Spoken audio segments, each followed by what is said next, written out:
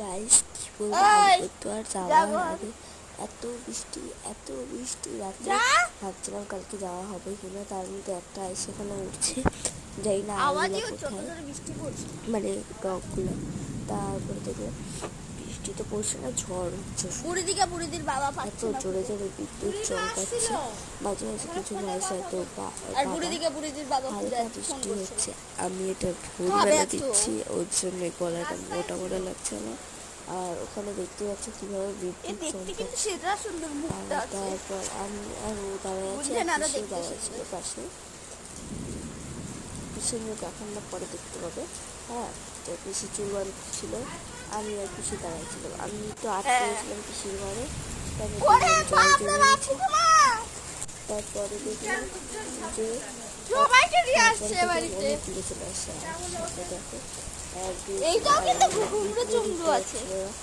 ওখানে টিমটা একটু সবাইকে ওখানে ছিল। আমি আবার যা লাইট দিলাম, তারপর সবাই ঢুকে গেল। আর আমি আর পিসিতে দাঁড়িয়েছিলাম।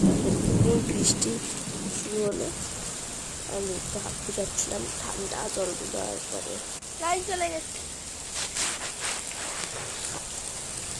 আমার লাইট গিয়েছে সর্দি, তারপরে জ্বর সর্দি, তারপরে একবারে লাইন চলে গেছে বাইরেটা, মানে যাওয়ার রাস্তা ছিল।